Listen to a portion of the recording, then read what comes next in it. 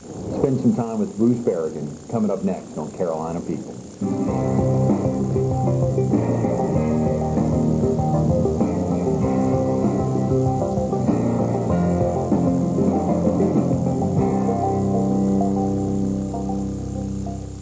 Good morning. Welcome to Carolina People. This morning we're in Florence, South Carolina, at the Bell South Building. We're focused on the life of an amazing man here in the PD, Bruce Barragan. And we're visiting with him today. Thanks for being with us this morning, Bruce. It's my pleasure. Incredible opportunity to think about much of your life. A heck of a lot of your life was lived prior to arriving in Florence in 1980. But a lot of your life and the changes, not only with McLeod, but also with healthcare in the PD, healthcare in South Carolina and in the Southeast, and healthcare in general. And I think the viewers would want to learn a little bit about healthcare, not only here in their home turf, but the future of healthcare. And couldn't think of anyone better to end our first 4 or 5 months of Carolina People. You were on our first episode, our first week, focused on the PD Area Council, the Boy Scouts, which is a part of your life we'll be talking a little bit about. I know that ties into much of what you'll be doing in the near future. But we want to have an opportunity, surely the name Bruce Barragan conjures up images for a lot of folks in the PD, mostly very positive, I'm sure. I hope so. You wonder what I'm about to say when I say that, but when we think about my contact came in, again, with the PD Area Council, the Boy Scouts, being someone who lives in Horry County now, but having grown up in the Triangle where you spent 6 years of your life. Let's talk a little bit about yourself. Were you originally from the Florence area? No, Greg, I grew up in Savannah, Georgia, and of course lived there until I finished high school. And I was fortunate enough to attend the University of North Carolina in Chapel Hill in college. So I really left Savannah at that time and have been in other states, primarily South Carolina since then. You finished at Chapel Hill, and then, am I correct, you spent a little time in the Navy? That's right. I finished at Chapel Hill in 1968 and went to Naval OCS school and got commissioned as an ensign and went on board a ship for the next 3 years. And so I had 3.5 good years in the Navy. And when I got out of the Navy, I went to graduate school in hospital administration at Duke University. At that time, in 1972, there were only about 30 schools of hospital administration in the country, and Duke was the primary one in the southeast, and so I was fortunate enough to get accepted there. Was there something in your undergraduate experience at Chapel Hill or growing up in Savannah or being on a ship for 3.5 years that made you recognize a desire to go into hospital administration? No, what prompted that? It was a good friend who was also a naval officer who had been to Duke's program in hospital administration and was the administrator of the Little Creek Naval Clinic outside of Norfolk in Little Creek, Virginia. His name is Castor Freeman. Castor is president and chief executive officer of Palmetto Health Alliance in Columbia, South Carolina. It's Palmetto Richland and Palmetto Baptist. So with Castor Freeman's advice, I applied to Duke and have thoroughly enjoyed the career of hospital administration since that time. Absolutely. Can you talk real quick for the viewers who, you grew up in an area that is not around here, but is very indicative of the South. And when we think of Savannah, a lot of thoughts conjured. When you spent the 6 years in the Triangle with the naval sim in the middle, what was it like growing up in Savannah? Do you still have family in Savannah? I do. My parents live there, as well as 2 aunts and some cousins that are there. So I get back to Savannah about every 2 or 3 months to visit family. We love the water around Savannah, and I loved it when I was growing up, doing some boating in the rivers there. And Savannah was just a very pleasant place to grow up. You didn't really feel as much a part of the Atlanta scene and the huge growth of Atlanta, because he was right on the coast and so far away from Atlanta. And Atlanta gets so much publicity for the state of Georgia, but Savannah was very nice to grow up there. Mm-hmm. And then being in the Triangle for a while, and surely the experience had what prompted you to leave Georgia, skip over South Carolina, and end up in North Carolina? Just my sister, who was preceded me at Chapel Hill, interested me in going to Chapel Hill, so I did. And there were a lot of young guys from Savannah that did go to Chapel Hill, and I knew them, and so I was fortunate to go there. Right. After after graduating from Duke Hospital Administration, Masters in Hospital Administration, you left Durham for about 6 years prior to coming to Florence. Right. Were you in a hospital position? I was a vice president for what we refer to as professional services at Spartanburg Regional Medical Center in Spartanburg, and that was a job that really gave me responsibility for working with radiologists and pathologists and emergency physicians and various areas of the hospital like those that gave me a tremendous amount of experience. And when McLeod Regional Medical Center was about to open its new facility in late 1979, Mr. Charlie Frenzel, who was president of McLeod at that time, invited me to come for an interview, and I was fortunate enough to be offered the position of his executive vice president. And when he had announced his plans to retire at the end of 1984, and he wanted to bring somebody aboard that could be prepared to become president of the medical center, and that happened according to plan, and it took place in January of 1985 when I became president. Golly, Bruce, so even that far back, into the late 70s, in his mind, the thought was to begin preparing for his retirement, which was still a good almost 5 years away. That's right, yeah. That's a big, how about, I don't want to jump too far ahead right now, but how far in advance have the thoughts been going through your head to begin preparing for your retirement today? Well, I would say about 2 years ago, I started really thinking about it,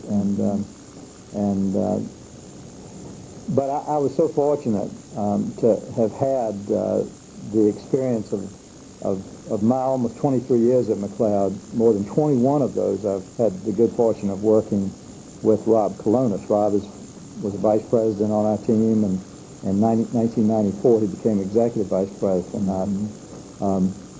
Because of his capabilities and his outstanding leadership. And so I've worked with Rob for a full 8 years as executive vice president, and he is just an outstanding individual. And so I feel very comfortable turning over the reins to Rob. He was in the position of executive vice president twice as long as I was under Mr. Frenzel. So he's really had a lot of great experience, and the medical center will continue to do very well under his leadership. I'm sure. Can we talk real quick about, I know it's difficult for you to encapsulate contributions, but contributions to healthcare in the PD, subsequently to the South Carolina and to the region. What would you perceive as your biggest contribution to healthcare in the PD? It ties back to the mission of McLeod, and the mission of McLeod is to be the regional medical center, the tertiary referral center, if you will, for the 6 to 9 counties of the PD region. There was not in this region prior to 1980, when the new facility opened, a cornerstone hospital, a regional facility that had all of the services that were present in the communities of Charleston, Columbia, and Greenville and Spartanburg. So the job was to develop those programs and to develop the regional medical center so that it would be on a par, be on the same level as the facilities at MUSC or Palmetto Richland or the Greenville Hospital system. We are one of the 4 cornerstone hospitals now for the 4 regions of South Carolina. And as we developed those programs, for example, the open heart surgery program was developed in 1986. We developed neurosurgical program. We developed the trauma program. We developed the neonatal intensive care program and the pediatric intensive care program and the children's hospital. And there were so many different programs that were not in existence in 1980 that needed to be put in place. And, you know, if there's any contribution I've made to the region and region's healthcare, it's helping to put those programs in place. Now, the work of a medical center, a regional medical center, is the work of many hands, and by no means was I responsible for the development of those programs. There were a lot of physicians, a lot of administrators, a lot of volunteer board members who spent countless hours planning for those programs, and but I was fortunate to be on the team and was able to make some contributions. Yes, and it's the work of those many hands that make up those contributions to the region. Right. When we think of the work of your hands, we want to get down to a little nitty-gritty. The work of your hands, your contribution to McLeod subsequently has great effects on the rest of this part of South Carolina and of the Carolinas. When we think about your potentially biggest contribution to McLeod, can you step back and look back after almost 23 years now, today, of being such a big day? I guess if I had to pinpoint one contribution, it might be that I've helped to contribute to a culture of really of caring at McLeod, a culture of teamwork, a culture of certain values that we really hold very high. We talk about 4 values, and we talk about the mission of the medical center, but the 4 values at McLeod are the value of caring, the value of each person, no matter what they present with, no matter what socioeconomic situation they come from. Every person is extremely valuable. And the value of integrity we focus on quite a lot. We try to be a transparent organization, an organization that is very truthful to the patient, truthful to the employees, truthful to the community. And then the value of quality. We set our standards high, and one of the contributions is that the team that I've had the chance to be president of has insisted on keeping standards high and really raising the bar a little bit every chance we get. And so those values have defined us, and I think as a medical institution and a medical team, and they're long-term values. They have sticking power, and they've done a lot for the organization. Very definitely. And those values tied together would make up a really good family. It does. A really good family. And I want to talk to you, I think doing a little research on you, I've gone back to an older edition of McLeod magazine. I think the first edition back in 1985 was titled Family Life at McLeod. I think a lot of viewers would like to know about family life at McLeod. If you can stay with us a few more minutes, would you be willing to fill us in a little bit? Certainly would. Great. Yes. We're visiting with Bruce Barragan. We'll be right back here on Carolina People.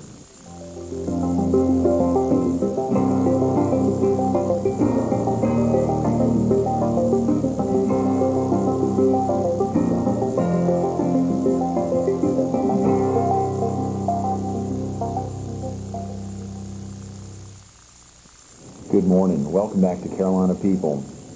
Today we're visiting with Bruce Barragan, and we've been talking about McLeod Health and his life at McLeod, the past, the present. We'll talk a little bit about the future, but I wrapped up a second ago talking about the 1985 theme of McLeod magazine, which is Family Life at McLeod. The McLeod family's changed a little bit. Can you give viewers a little update as to how McLeod has changed since 85?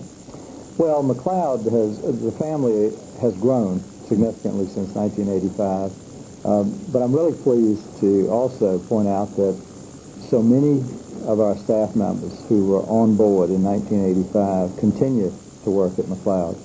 But since 1985, we've added Wilson Medical Center and St. Eugene Medical Center to the family.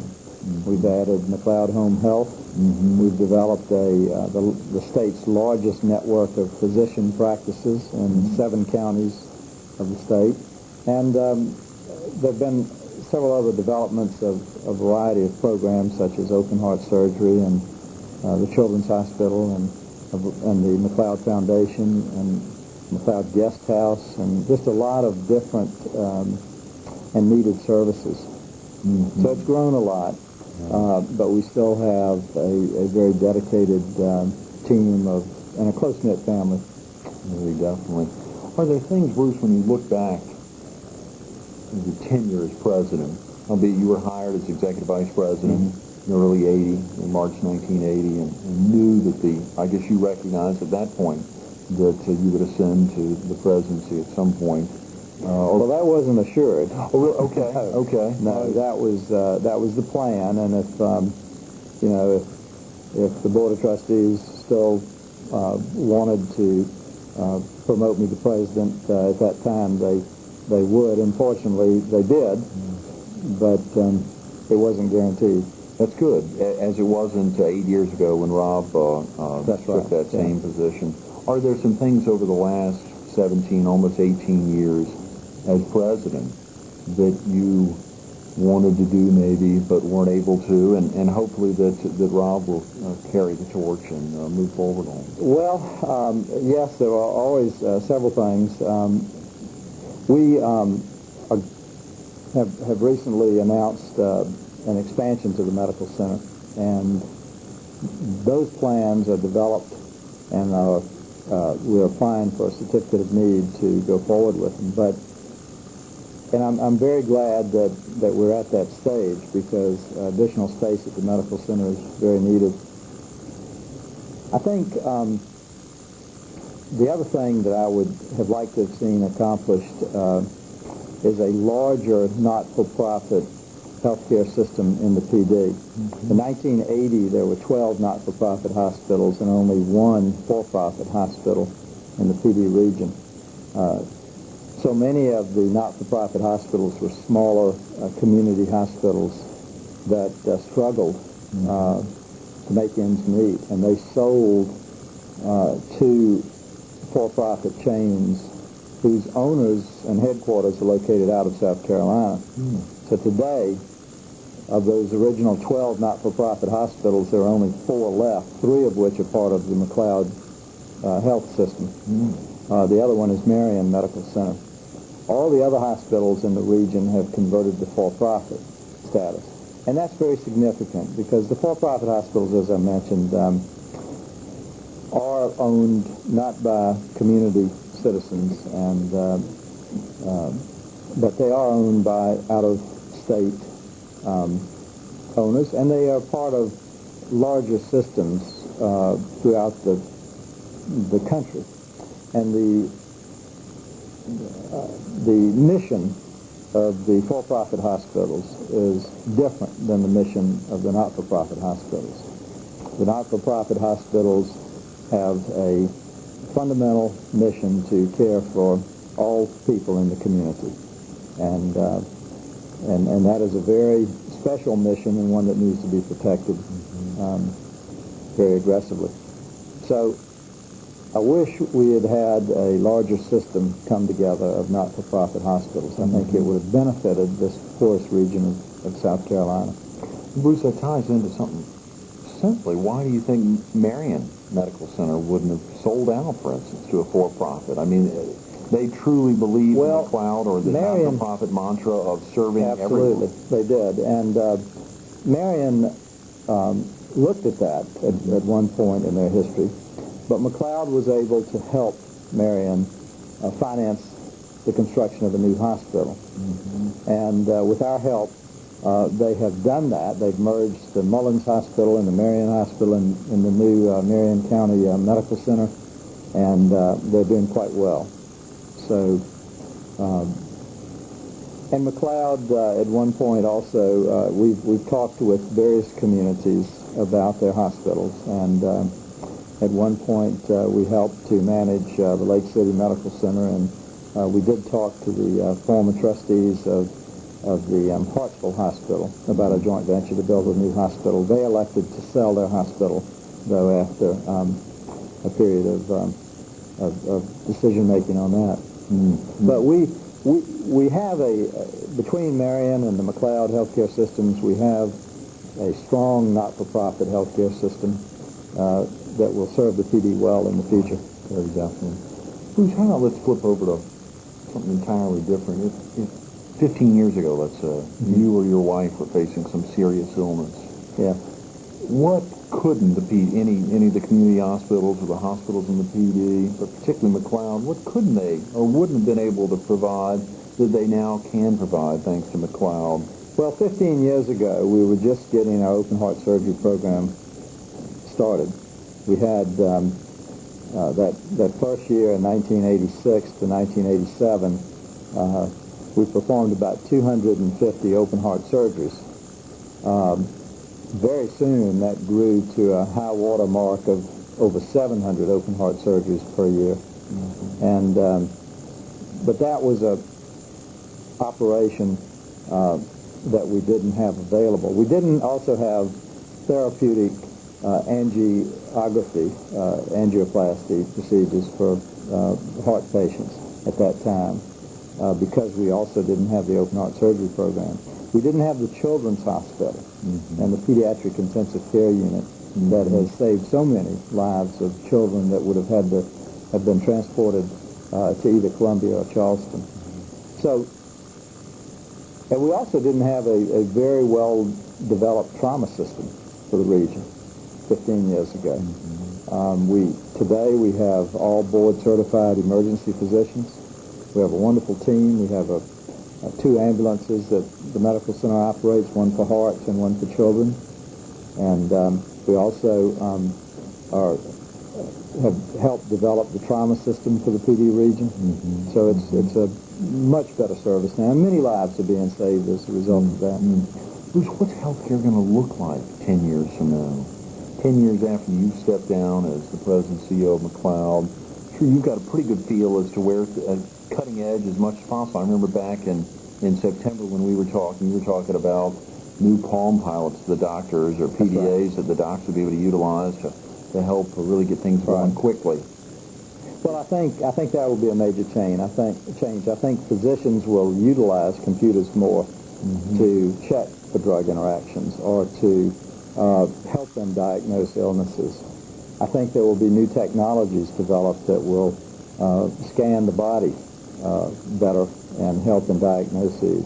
I think surgery is going to continue to develop in many ways that will be less invasive for the person. Mm. And there will be robotic surgeries that make sure that the same thing is done in the same location, the same way every time, so that the variances between surgeons may not be as great as it exists today. Mm-hmm. There'll be a lot of changes that will be exciting. I hope that the nation somehow brings about some type of basic health insurance that all people can qualify for, so that there will be virtually no one in America without some form of health care insurance, because it really is a hardship on people who don't have health insurance to try and contend with medical bills and the expenses of hospitalizations and surgeries and things like that they need. Very definitely. Bruce, we got about 3 minutes, and I just want to try to think, almost 23 years at McLeod, mm-hmm. almost 18 years, I guess, as their president. Can you picture what Bruce Barragan will miss the most about not being there on a day-to-day basis? I'm sure you'll pop by and check how things are going and give Rob a house. Well, I told Rob I'm a phone call away if he needs me, but he's so capable I won't be getting too many phone calls, if any. But no, I think I will just miss the team spirit. I'll miss the challenges of developing additional services for the medical center. I will look on with great interest, though, and follow the progress of McLeod. McLeod is a very special institution. In the year 2006, it will celebrate 100 years as a hospital organization, and I will look forward to seeing additional physicians of a variety of specialties recruited into the community. When I arrived at McLeod in 1980, we had fewer than 100 doctors, and today we have over 400 here in the community. So it's McLeod has really been a magnet for a lot of economic development as well as medical development in the communities around us, as well as, of course, in Florence. I think I saw in a recent interview with you some words, a couple of words as we picture Bruce Barragan going on Boy Scouts, Young Life, church, obviously spending time with your family, your wife and 3 daughters. Can you talk about each of those real quick? I'm going to spend some time fundraising for Boy Scouts here in the Florence area and the Young Life program, and spend more time with my family. And I'm going to take hopefully 3 to 6 months and recharge my batteries, and then get back into some aspect of healthcare. Very definitely. I don't think it'll take him 3 to 6 months. When you see a man who's probably doesn't sleep much, the activity level that he's kept for as many as 23 years, probably many more than that. Bruce Barragan, thanks so much for being with us this morning. It's been a pleasure to be on your program. Thank you. A real treat for us and for all the viewers. Stay tuned to more Carolina People coming up next.